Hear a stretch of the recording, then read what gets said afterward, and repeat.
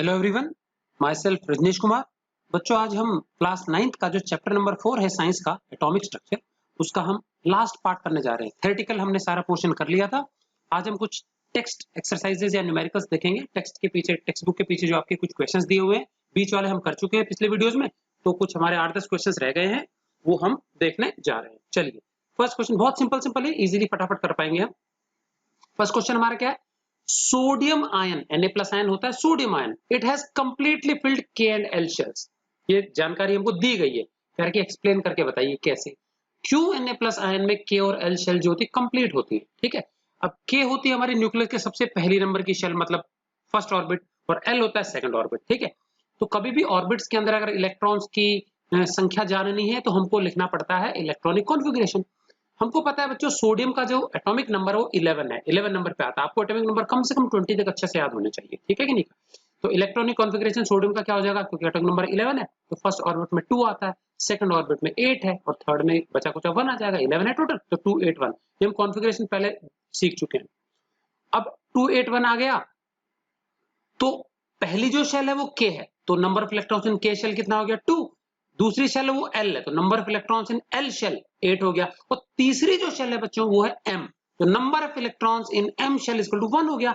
अब ये sodium atom के बारे में है, लेकिन यहां हमको सोडियम आयन लेना है। अब Na+ आयन कैसे बनता है? एक इलेक्ट्रॉन लूज करने के बाद, और इलेक्ट्रॉन लूज कौन सा होता है? जो सबसे बाहर का शेल का है, वैलेंस इलेक्ट्रॉन। M में जो इलेक्ट्रॉन है M शेल में वो लूज होगा। ये लूज होने के बाद में सिर्फ 2 ही शेल में 10 इलेक्ट्रॉन बचेंगे, 2 और 8। समझ में आ गया कि नहीं? यही पूछ रहा है। तो Na+ ion is formed when neutral sodium atom, neutral sodium atom जिसके के अंदर ये तीनों शेल्स हैं, loses 1 electron from its valence और आउटर मोस्ट शेल। सबसे बाहर की शेल जो होती है वैलेंस शेल कहलाती है, उसी को आउटर मोस्ट शेल कहते हैं। वो है शेल यहाँ पे M, तीसरे नंबर की। उसमें से एक इलेक्ट्रॉन जब ये लूज कर देगा, उसमें से क्यों करेगा? क्योंकि वो सबसे दूर है, लूजली हेल्ड है। तो अगर इलेक्ट्रॉन लूज करने की बारी आती है, कभी भी मौका मिलता है, तो सबसे ज्यादा आसानी से जो सबसे दूर का इलेक्ट्रॉन है वो छुड़ाया जा सकता है। तो it is easy to lose क्या है, द आउटर मोस्ट इलेक्ट्रॉन। ये इलेक्ट्रॉन लूज कर दिया तो पूरी शेल ही गायब हो गई, क्योंकि इसमें एक ही तो इलेक्ट्रॉन था। अब पीछे बच गई सिर्फ हमारी 2 शेल K और L, जो कि पूरी भरी हुई है। K शेल की क्षमता 2 इलेक्ट्रॉन है, फुल है। L की क्षमता 8 इलेक्ट्रॉन है, फुल है। फॉर्मूला पता है ना, वो 2n² से निकाल सकते हैं। तो फर्स्ट वाला ऑर्बिट का क्षमता 2 इलेक्ट्रॉन्स होती है, सेकंड की क्षमता 8 इलेक्ट्रॉन्स होती है। तो देयरफॉर डूइंग सो, तो एक इलेक्ट्रॉन लूज करने के बाद में क्या हुआ? It is left only with K and L shell, सिर्फ K और L शेल बच गई, which are completely filled, 2 8 इलेक्ट्रॉन्स उनके अंदर। क्लियर है? तो ये था हमारा बच्चों फर्स्ट क्वेश्चन। हम डायग्रामेटिकली इसको एक्सप्लेन कर सकते हैं। चलिए, अगला हमारा बहुत इंपॉर्टेंट न्यूमेरिकल्स है। 2 न्यूमेरिकल है, एटॉमिक मास पे आधारित है ये। बच्चों, हमको एवरेज एटॉमिक मास कैसे निकालना है वो मैं पहले डिस्कस कर दूं क्या है। तो इसके आधार पे पहले ये क्वेश्चन मैं समझा देता हूँ। एक क्वेश्चन सीधा है, अगला क्वेश्चन बिल्कुल इसका उल्टे तरीके से दिया हुआ। तो देखेंगे, 2 क्वेश्चन समझ लेंगे, फिर एक आपको होमवर्क के लिए प्रैक्टिस के लिए भी दूंगा मैं।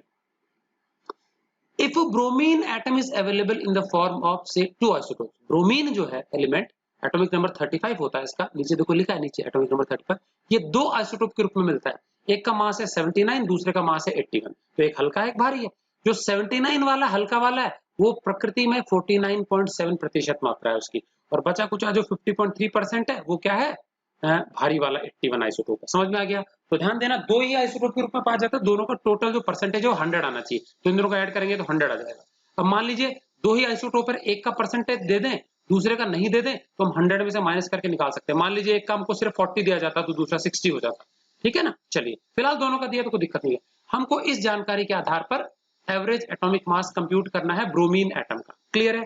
तो कैसे करेंगे देखते हैं। तो average atomic mass of bromine can be calculated as follows. बच्चों, आप एक छोटा सा टेबल बना लेंगे, 4 टाइटल लिखेंगे। उसमें सबसे पहला लिखेंगे आइसोटोप कौन सा है, तो देखो लेफ्ट में लिख दिया। पहला वाला है atomic mass 79, atomic number 35 bromine का, तो वो सिंबॉलिक फॉर्म में लिखना है। ये सेकंड वाला atomic mass 81, atomic number 35 bromine के, दोनों से ऊपर नीचे लिख लेना। फिर इनका परसेंटेज लिख लेना सेकंड नंबर पे, ये जानकारी भी हमको दी रहती है। तो 49.7% ये वाला था, 50.3% दूसरा वाला था, भारी वाला हो गया। उसके बाद बच्चों इन दोनों आइसोटोप्स का एटॉमिक मास लिखना है, वो भी हमको दिया हुआ है थर्ड नंबर पे। देखो ऊपर लिखा है इसका एटॉमिक मास कितना है 79, और इसका कितना है 81। तो ये 79 हो गया, ये 81 हो गया। ये यू में होता है बच्चों, यूनिफाइड मास। तीनों जानकारी होगी। अब बहुत आसान तरीका है बच्चों, हमको एक चीज निकालनी जिसको मोल रेशियो बोलते हैं। मोल रेशियो का अर्थ होता है क्या? ये जो लिखा है ना 49.7%, इतना परसेंट निकालना है 79 का।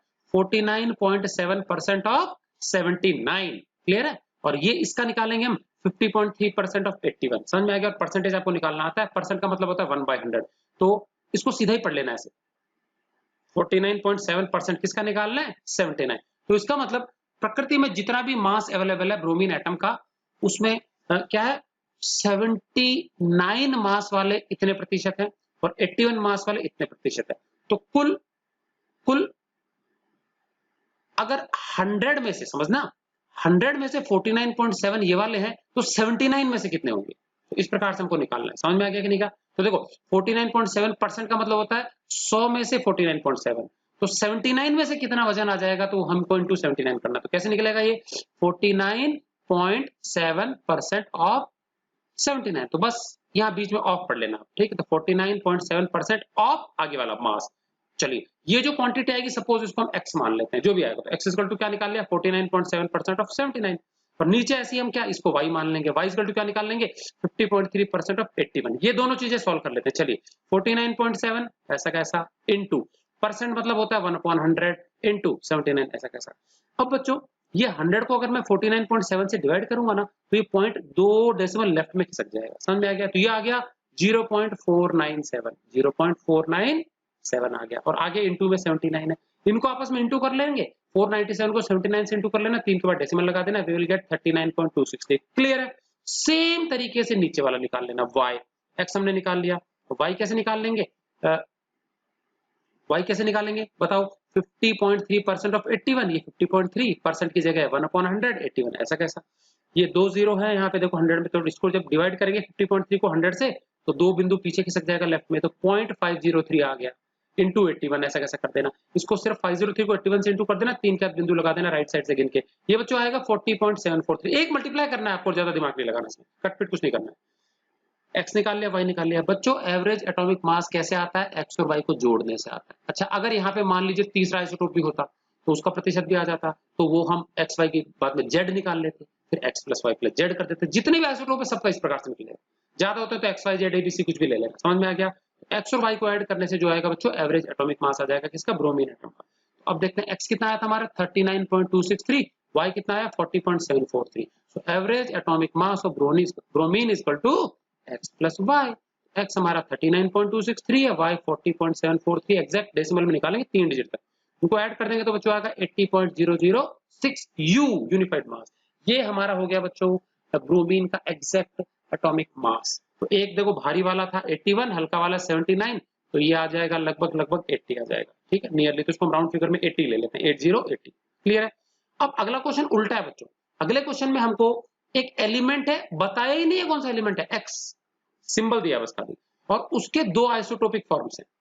समझ में आ गया, एलिमेंट x है उसके दो आइसोटोप्स हैं। जैसे हम एलिमेंट x का अंदाजा लगा सकते हैं, देखेंगे इसका सिंबल दे दिया भाई, ये एलिमेंट x है, देखो नीचे एटॉमिक नंबर 8 है, मास 16, एलिमेंट का एटॉमिक नंबर 8 है, मास 18।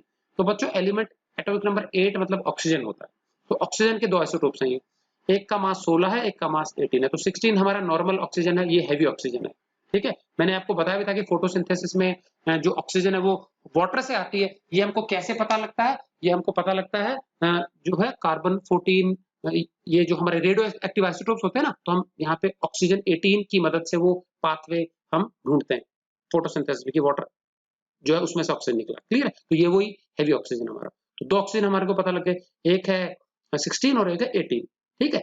तो ये सैंपल हो गया। अब दोनों के परसेंटेज पूछे और इन्होंने एवरेज एटॉमिक मास दे दिया, जो हम निकाल रहे थे वो दे दिया, परसेंटेज पूछा है। अब परसेंटेज हमको दोनों के नहीं पता, ठीक है, और दो ही आइसोटोप है। एक काम करते हैं, लेट परसेंटेज ऑफ जो 16 वाला आइसोटोप है उसको हमने A% मान लिया। तो मुझे बताओ अगर एक का परसेंटेज A है तो दूसरे का 100 में से घटा देंगे, जैसे अभी बताया था हमने, एक का अगर 40 है तो दूसरे का 60 आ जाएगा। तो एक का परसेंटेज यदि A है तो दूसरे का क्या होगा 100 माइनस A%। तो मान लीजिए जो 18 वाला आइसोटोप है भारी वाला, उसका परसेंटेज ये हो गया। और एवरेज एटॉमिक मास हमको पता है, प्रोसीजर वही रहेगा जो अभी किया ना, सेम टू सेम प्रोसीजर हमको फॉलो करना है। समझ में आ गया। तो चलिए कोई छेड़खानी नहीं करनी, उसमें प्रतिशत की जगह परसेंटेज की जगह A और 100 माइनस A लिख देंगे, तो वही टेबल सेम टू सेम, ठीक है। आइसोटोप हमारा X 16 8, आइसोटोप X 18 8, इसका परसेंटेज A मान लिया था, तो ये बचा कुछ 100 में से A घटा देंगे, ठीक है। इसका एटॉमिक मास 16 जो ऊपर लिखा हुआ है, इसका एटॉमिक मास 18 जो ऊपर लिखा हुआ है। X और Y कैसे निकाला था, ये निकाल लिया था A% ऑफ 16 ये निकाल लेते हैं 100 minus A percent of 18, 100 minus A percent of 18। Clear है? चलिए ए ऐसा कैसा, परसेंट 1/100, 16 ऐसा कैसा। ऊपर वाले सारे इंटू कर लो, नीचे 100 लिख रहा हूँ, तो 16 इंटू 1 इंटू ए 16a, नीचे 100 सेम टू सेम। ऊपर कर देंगे 100 माइनस ए, ब्रैकेट में ऐसा कैसा रख लेंगे, परसेंट की जगह लिख दिया 1/100, 18 ऐसा कैसा। क्लियर है? नीचे 100 सेम टू सेम, ऊपर तीनों इंटू कर देंगे तो 18 1 जाए 18, 18 इंटू ये bracket 18 into 100 minus a upon 100। Clear है? एक्स और वाई आ गया। अब कैसे होगा बताओ, एक्स और वाई को जोड़ दो, we will get average atomic mass, और एवरेज एटॉमिक मास हमको पहले से पता है। चलिए 16.2 था ना, अब देखेंगे एवरेज एटॉमिक मास हमको पता है बच्चों, एलिमेंट एक्स का एवरेज एटॉमिक मास आ जाएगा एक्स प्लस वाई। चलिए तो देखो एक्स प्लस वाई को जोड़ूंगा तो एवरेज एटॉमिक मास, और एवरेज एटॉमिक मास हमको पहले से ही पता है 16.2 यू है, तो ये यहां लिख देंगे लेफ्ट साइड में, और एक्स और वाई की वैल्यू पुट कर देंगे यहाँ पे। तो देखो एक्स हमने ऊपर निकाला था 16a अपॉन 100, तो यहाँ हमने लिख दिया 16a अपॉन 100, और हमने वाई कितना निकाला था, देखो ये रहा 18 into 100 minus a upon 100, same to same लिख दिया। अब बच्चों राइट साइड में अगर हम एलसीएम ले लेंगे तो सेम टू सेम 100 का 100 ही आ जाएगा, तो हम नीचे यहाँ लिख देंगे 100, देखेंगे भी सिंपल कैलकुलेशन है बहुत, ठीक है ना। चलिए तो देखो एलसीएम ले लिया हमने, सेम टू सेम 100 आ गया। अब क्या कर लेंगे, यहाँ ऐसा कैसा रह जाएगा, जब नीचे एलसीएम सेम होता है तो इसको डिवाइड करेंगे, 1 आएगा, 1 से 16 को इंटू करेंगे तो 16 है, इधर नीचे नीचे डिवाइड करेंगे तो 100 100 को डिवाइड करेंगे तो 1 आएगा, 1 को इस ब्रैकेट से इंटू करेंगे तो सेम टू सेम आ जाएगा। क्लियर है?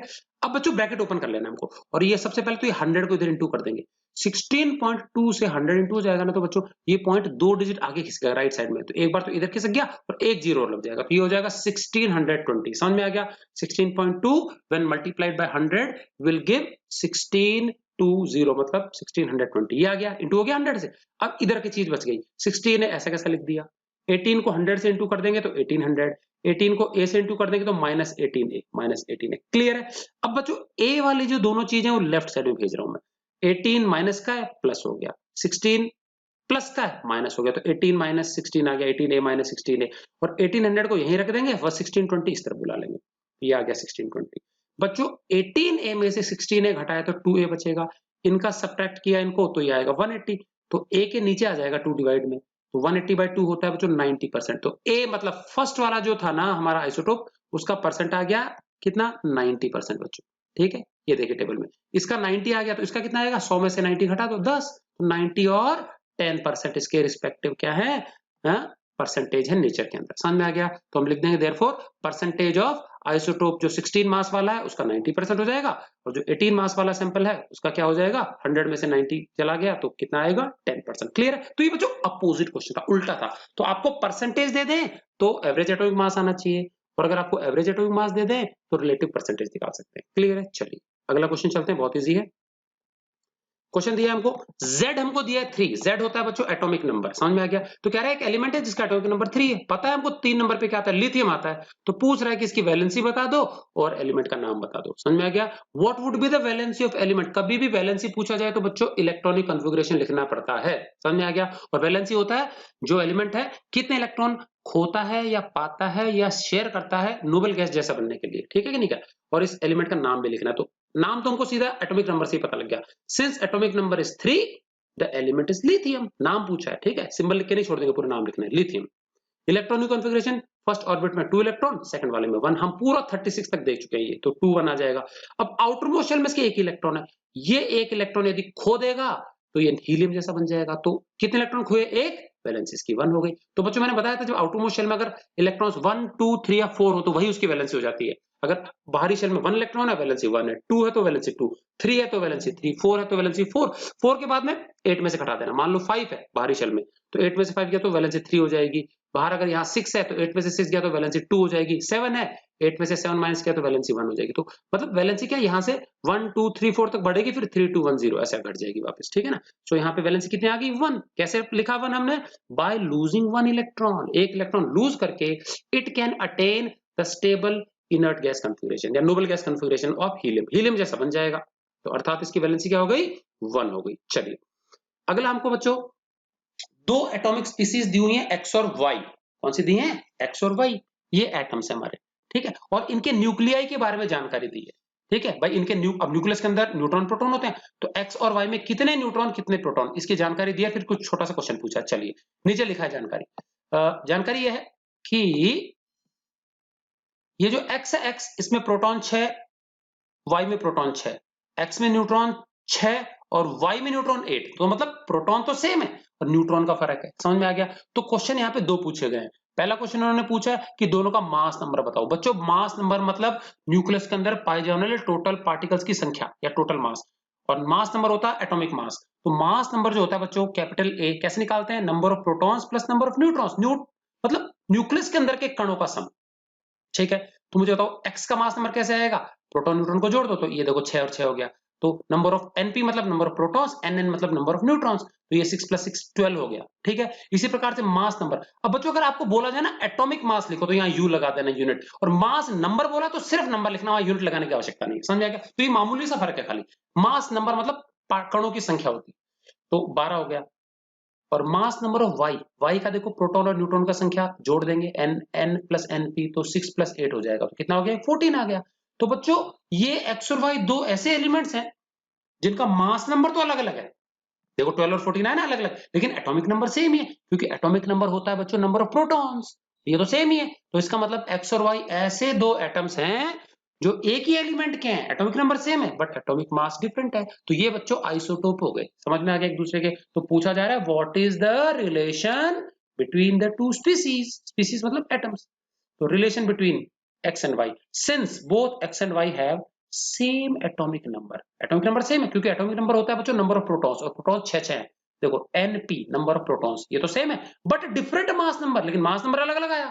तो ये एक दूसरे के क्या हो गए? आइसोटोप्स। डेफिनेशन में पढ़ चुके हैं हम। आइसोटोप क्या होता है? Atoms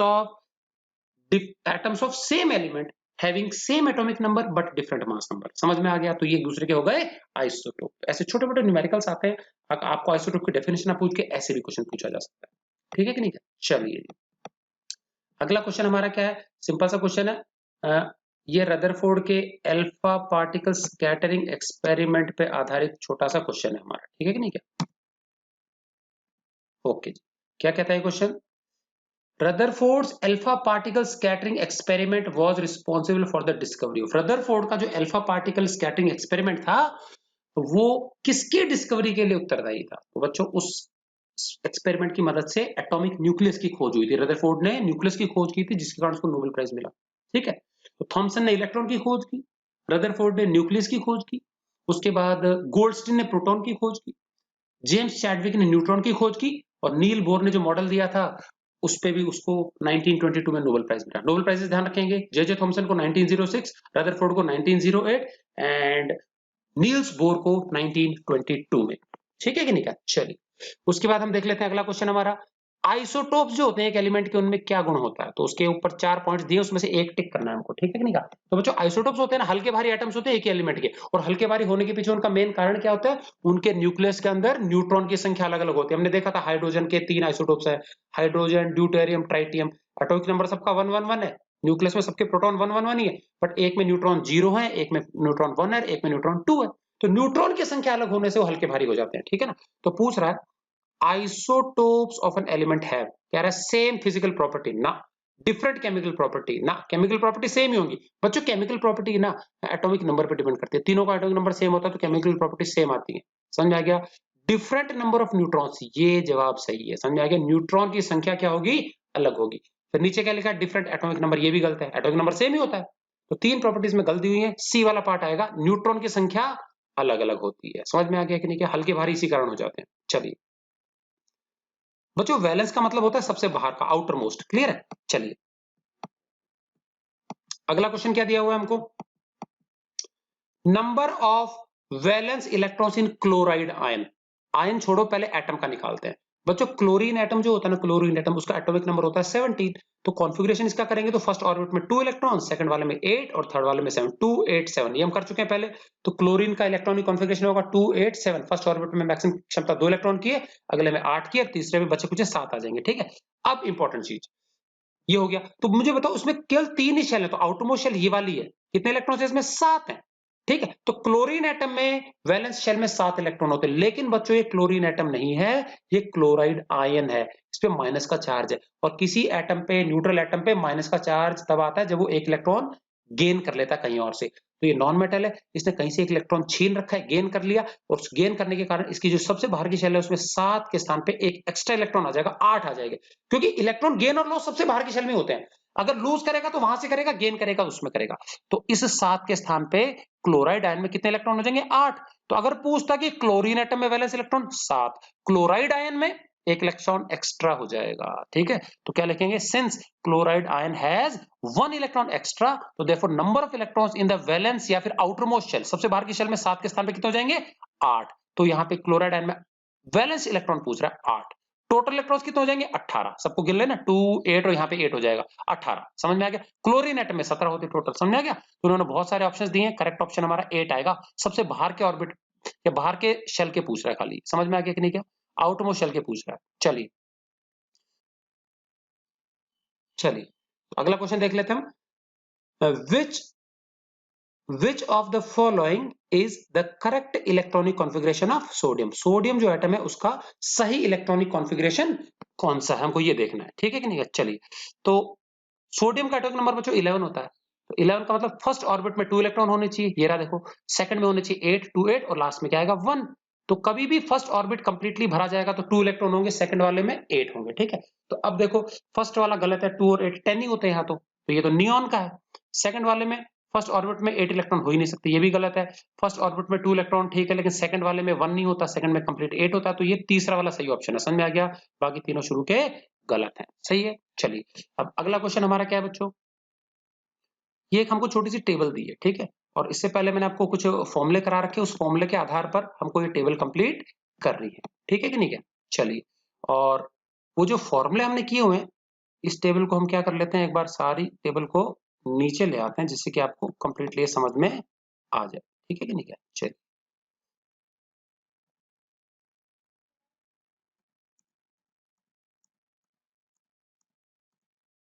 okay.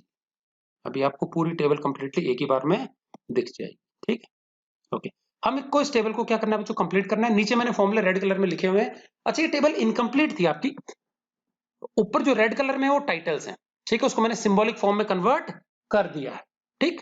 तो सिंबॉलिक फॉर्म का मतलब है Z हमारा एटॉमिक नंबर होता है, A हमारा मास नंबर होता है, N मतलब होता है नंबर ऑफ न्यूट्रॉन्स, ठीक है।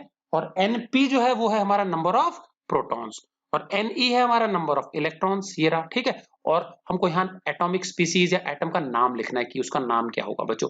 जो यहाँ चीजें ब्लैक में दिखाई दे रही वो पहले से दी हुई हैं, और जो रेड में है ना वो टाइटल है, और जो ब्लू में है वहां पे फिल इन द ब्लैंक्स हमको खुद भरना था। समझ में आ गया? टेक्स्ट बुक में लास्ट क्वेश्चन दिया हुआ है, ठीक है। तो ब्लू वाला हमको भरना है, तो ब्लू वाला कैसे भरेंगे वो देखेंगे ध्यान से, ठीक है। वो सारी खाली जगह थी, मैंने भर दिया फिलहाल, लेकिन कैसे भरा वो एक्सप्लेन कर रहा हूँ। हमने सिर्फ और सिर्फ यहाँ 2 फॉर्मूले यूज किए हैं। एटॉमिक मास A होता है बच्चों number of proton plus number of neutrons, और Z एटॉमिक नंबर होता है प्रोटॉन की संख्या के बराबर या फिर इलेक्ट्रॉन की संख्या के बराबर। क्लियर है? ये हम पहले ही पढ़ चुके हैं, क्लियर है। अब सबसे पहला जो है हमको यहाँ दिया हुआ, देखो 9 लिखा हुआ है, एटॉमिक नंबर 9 है, Z 9 है, तो हमको Z दे दिया, देखो 9। अब Z दे दिया तो प्रोटॉन की संख्या पता लग गई, न्यूट्रॉन इलेक्ट्रॉन की संख्या ये भी 9 9 होगा, तो सीधा हमने क्या है प्रोटॉन और इलेक्ट्रॉन की संख्या में 9 9 भर दिया, तीनों 9 9 हो गया। समझ में आ गया? अब न्यूट्रॉन की संख्या हमको 10 दी हुई है, तो हम ए निकाल पाएंगे। ए मतलब होता है प्रोटॉन और न्यूट्रॉन को ऐड कर लेना, तो देखो प्रोटॉन 9 आ गया, न्यूट्रॉन हमको प्रोटॉन हमको 9 आ गया, न्यूट्रॉन हमको 10 पता है, तो 10 और 9 जोड़ लेंगे, कितना हो गया? 19। तो हम एटॉमिक मास 90 लिख देंगे, तो सब पता लग गया हमको। अब एटॉमिक नंबर से हमको एलिमेंट पता लग जाए, क्योंकि एटॉमिक नंबर जो होता है ना बच्चों ये 20 के अंदर अंदर के ही है। तो 9 नंबर पे बच्चों फ्लोरीन आता है, तो यहाँ लिख देंगे हम फ्लोरीन। समझ में आ गया? ये फर्स्ट लाइन पूरी हो गई। चलिए सेकंड देख लेते हैं। अब यहाँ पे हमको शुरू के 2 ही आइटम दिए और लिखा भी है सल्फर, तो सल्फर 16 नंबर पे आता है। एटॉमिक नंबर 16 दे दिया, मास दे दिया 16, ये 32 दोनों दे दिया। अब Z दिया है 16, तो देखो Z अगर 16 है तो प्रोटॉन और इलेक्ट्रॉन पता लग गए। समझ में आ गया? तो देखो इधर प्रोटॉन भी 16 हो गया, इलेक्ट्रॉन भी 16, एटॉमिक नंबर ये 3 चीज हो गई। अब सिर्फ हमको न्यूट्रॉन निकालना है, तो न्यूट्रॉन कैसे निकलेगा बच्चों? न्यूट्रॉन कैसे निकलेगा? न्यूट्रॉन निकल जाएगा यहां से, देखो atomic mass equal to number of proton plus neutrons, और न्यूट्रॉन निकालना है, ये कैसे निकलेगा? ए में से प्रोटॉन घटा देंगे, ए में से एनपी घटा देंगे, तो ए हमारा 32 है और एनपी हमारा 16 है, 32 में से 16 गया तो 16 ही बचेगा, तो नंबर ऑफ न्यूट्रॉन्स भी कितना आ जाएगा? 16। इस प्रकार से हमारा खत्म होता है ये सेकंड रो। ये सल्फर है, पहले से लिखा हुआ था सल्फर, को दिक्कत नहीं है। अब तीसरी रो में हमको पता है बच्चों सिर्फ प्रोटॉन की संख्या दी है, समझना ध्यान से, ब्लैक में, और एटॉमिक मास दिया है। तो अब अगर हमको प्रोटॉन की संख्या दिया तो देखो np दिया है, तो जो np है वही ne है, वही z है। तो जो नंबर ऑफ प्रोटॉन्स है वो इलेक्ट्रॉन्स की संख्या है, तो इलेक्ट्रॉन्स की भी संख्या हमने 12 ही लिख दी और हमने z के नीचे भी 12 लिख दिया, तीनों 12 आ गया। चलिए तो ये तीनों पता लग गया। अब 12 नंबर पे हमको पता है एलिमेंट कौन सा आता है, मैग्नीशियम आता है 12 नंबर पे, तो हमने यहाँ नाम भी लिख दिया मैग्नीशियम, सब हो गया। अब सिर्फ न्यूट्रॉन रह गया और मास हमको पहले से दे रखा है, तो A बराबर होता है Np प्लस Nn। ए एटॉमिक मास हमको पता है 24 दे रखा है, प्रोटॉन हमको पता है 12 है, तो 24 में से 12 घटा लो, न्यूट्रॉन आ जाएगा 12, तो हमने यहाँ पे भी क्या लिख दिया 12 लिख दिया। समझ में आ गया, ये हो गया हमारा रो नंबर 3 खत्म। क्लियर है। चलिए अगली हमारी रो कौन सी है, ध्यान देंगे, फोर्थ वाली जो रो है वो है, क्या क्या दे रखा है इसमें हमको, ब्लैक में हमको दिया हुआ देखो नंबर ऑफ प्रोटॉन, बिल्कुल ऐसी मैग्नीशियम के जैसी स्टाइल में, सेम मैग्नीशियम के जैसे ही है। नंबर ऑफ प्रोटॉन 1 है। अब अगर प्रोटॉन 1 है तो एटॉमिक नंबर भी 1 होगा, इलेक्ट्रॉन भी 1 होगा, तो देखो इलेक्ट्रॉन में भी 1 रख दिया और मैंने एटॉमिक नंबर भी 1 रख दिया। समझ में आ गया। और एक नंबर एटॉमिक नंबर पे जो हाइड्रोजन होता है, लेकिन वेट वेट वेट, हाइड्रोजन लिखने से पहले सोचेंगे, हाइड्रोजन का एटॉमिक मास भी 1 ही होता है, लेकिन यहाँ पे इन्होंने एटॉमिक मास 2 दे रखा है। तो बच्चों है तो हाइड्रोजन, ये तो कंफर्म है, बट ये 2 मास वाला, तो ये हाइड्रोजन का आइसोटोप है सेकंड नंबर वाला, क्योंकि हाइड्रोजन के 3 आइसोटोप होते हैं। समझ में आ गया। तो ये हाइड्रोजन का कौन सा आइसोटोप है, ये ड्यूटेरियम है बच्चों, भारी वाला जो होता है ना 1s2, वो है, डी से डिनोट करते हैं, वो है ये आइसोटोप। ठीक है, सब आ गया। न्यूट्रॉन कैसे निकाला, एटॉमिक मास हमने 2 है, यहाँ 2 रख देंगे, प्रोटॉन 1 है, तो 2 में से 1 घट जाएगा तो नंबर ऑफ न्यूट्रॉन्स आ जाएगा, तो ये भी क्या हो गया 1 आ गया। क्लियर। तो ये था हमारा ड्यूटेरियम, क्योंकि मास 2 है तो इसलिए हाइड्रोजन लिख के ड्यूटेरियम लिखेंगे, इसका आइसोटोप है। ठीक है। अब लास्ट बड़ा मजेदार है बच्चों, इसमें बच्चे कई बार गड़बड़ करते हैं। इसमें हमको ब्लैक में क्या क्या दिया, एटॉमिक मास दे दिया 1। अब बच्चों 1 एटॉमिक मास ना हाइड्रोजन का ही होता है, न्यूट्रॉन है नहीं, वो भी हाइड्रोजन की बात लागू है, हाइड्रोजन में न्यूट्रॉन नहीं होते। प्रोटॉन 1 है, अच्छा प्रोटॉन 1 है, लेकिन इन्होंने प्रोटॉन के बराबर इलेक्ट्रॉन होते हैं, बट यहाँ पे इलेक्ट्रॉन 0 दिया हुआ है इन्होंने। तो पहली बात तो ये कि प्रोटॉन की संख्या एटॉमिक नंबर होता है, तो एटॉमिक नंबर हम 1 लिख देंगे। समझ में आ गया। तो वैसे तो ये हाइड्रोजन है और हाइड्रोजन में एक प्रोटॉन एक इलेक्ट्रॉन होते हैं, बट इन्होंने प्रोटॉन तो एक दे दिया, इलेक्ट्रॉन गायब कर दिया। तो मुझे बताओ हाइड्रोजन एटम में से अगर इलेक्ट्रॉन निकल जाएगा बाहर, तो बच्चों ये बचेगा हाइड्रोजन आयन। समझ में आ गया। तो ये H प्लस आयन है। समझ में आ गया। अगर यहाँ इलेक्ट्रॉन प्रोटॉन बराबर होते हैं ना तो न्यूट्रल एटम है, और अगर बराबर नहीं है, इलेक्ट्रॉन खो चुका है, तो पॉजिटिव आयन है। आया है जबरदस्ती फालतू का, तो नेगेटिव आयन होगा। तो यहाँ पे क्या है, ये हाइड्रोजन आयन है। तो वैसे 1 से पता लगा हाइड्रोजन एटम है, but because it has lost the only electron it has, so इसका मतलब ये हो गया होगा हाइड्रोजन आयन हो गया। क्लियर है बच्चों, ये हमारी टेबल कंप्लीट होती है। ठीक है ना। चलिए इसके बाद आपको एक में छोटा सा और क्वेश्चन दे देता हूं, एवरेज एटॉमिक मास वाला, ये आपके लिए होमवर्क है बच्चों। समझ में आ गया कि नहीं क्या। इसके बाद हमारा चैप्टर खत्म हो जाता है। तो होमवर्क आपके नोट कर लेना, इजीली आप निकाल पाओगे। क्लोरीन जो होता है, it is found in nature in the form of 2 isotopes. 2 अलग अलग आइसोटोप के रूप में हमको क्लोरीन मिलता है। एक तो हल्का वाला है क्लोरीन 35 और एक भारी वाला है क्लोरीन 37। हल्के वाला जो है उसका परसेंट ज्यादा है 75%, और भारी वाला जो है ना क्लोरीन 37, उसका परसेंट है 25%।